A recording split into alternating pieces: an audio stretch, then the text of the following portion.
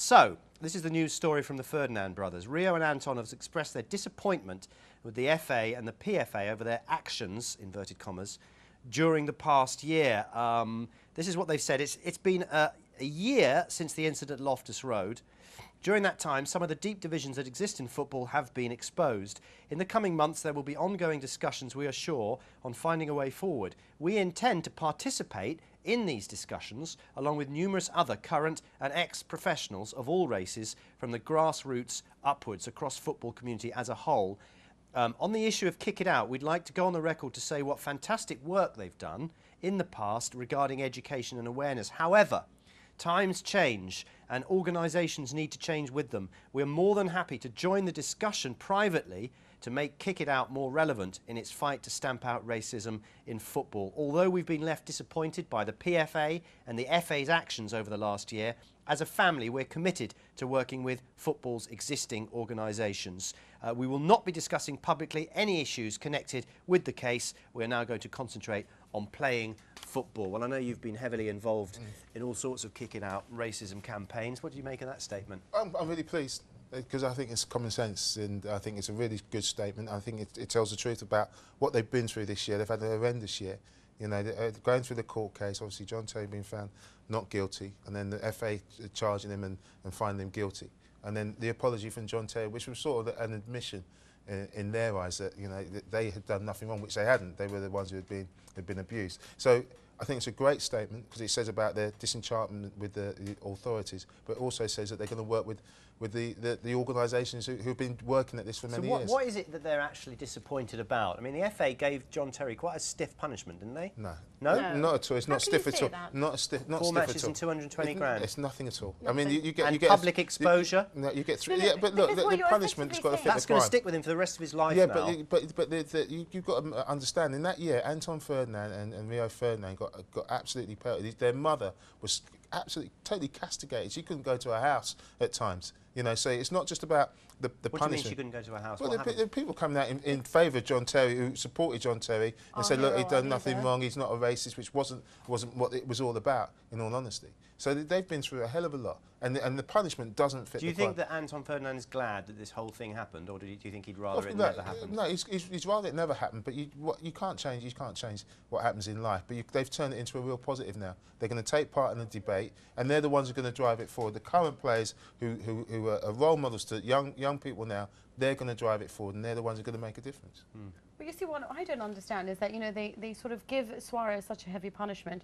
They give Terry a smaller one because of apparently he didn't say it enough times, whereas Suarez.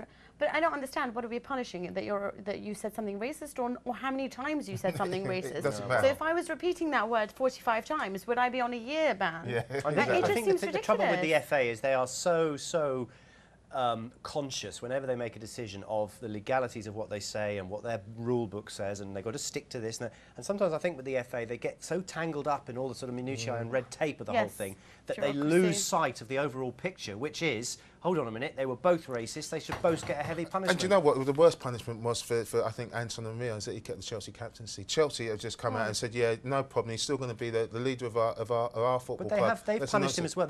We believe they've fined him as well. That's not the way to punish him. It's not the way to punish him. It's not a punishment. If you're getting paid £220,000 a week, a week's wages is a lot of money. So, you know, I think the whole thing has been poorly handled. Poorly handled, and the thing. I think that, you know what, decision making needs to be taken out of the football clubs, because as I said before, the football clubs, if you're a good player, they won't punish you as much because they want you to play on a Saturday. If you're not such a good player, they'll be more willing to get you out of the club. So from what you know, what would please Jason Roberts and the Ferdinand brothers and others who didn't wear the kick it out? What would please them? What is progress in this? Progress in this is that when there's somebody racially abuses you, it is deemed to be gross misconduct, and gross misconduct can mean that you can be sacked, and that will please them. So there is zero tolerance to it, and soon enough, believe me, people will stop doing it and we'll move forward. And you know, things like when things in Serbia happened, UEFA handed out a 15 grand fine. Nonsense. Take points away, kick them out of tournaments, and soon they will get their house in order. That's what they want. They want to see progress.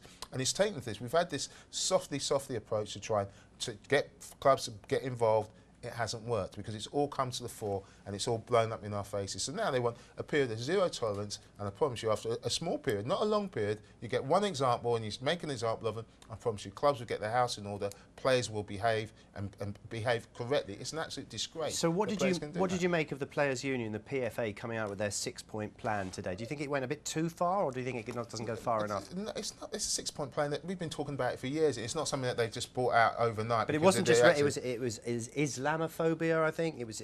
No Asian comments. Yeah. No sexist. No homophobic. No. You know. It was are we going a bit PC crazy now? No. Don't.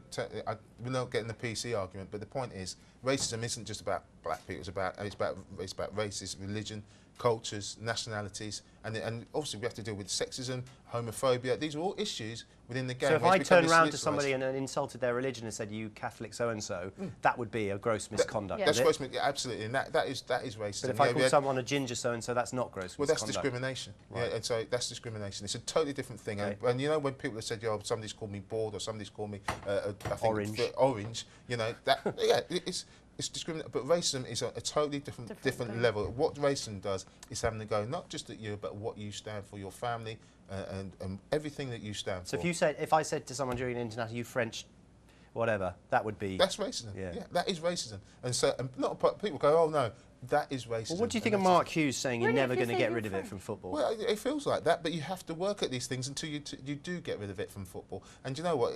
What will happen is that you'll have people not doing it within grounds. They'll take it outside, and then organisations like mine will deal with it out. So Raise the Red Card will do with trying to deal with it outside the ground. But first, eradicate it from the football ground, so they can't do it. And if it does, they're banned from the ground. Is it possible for Show Racism the Red Card and Kick It Out to become one?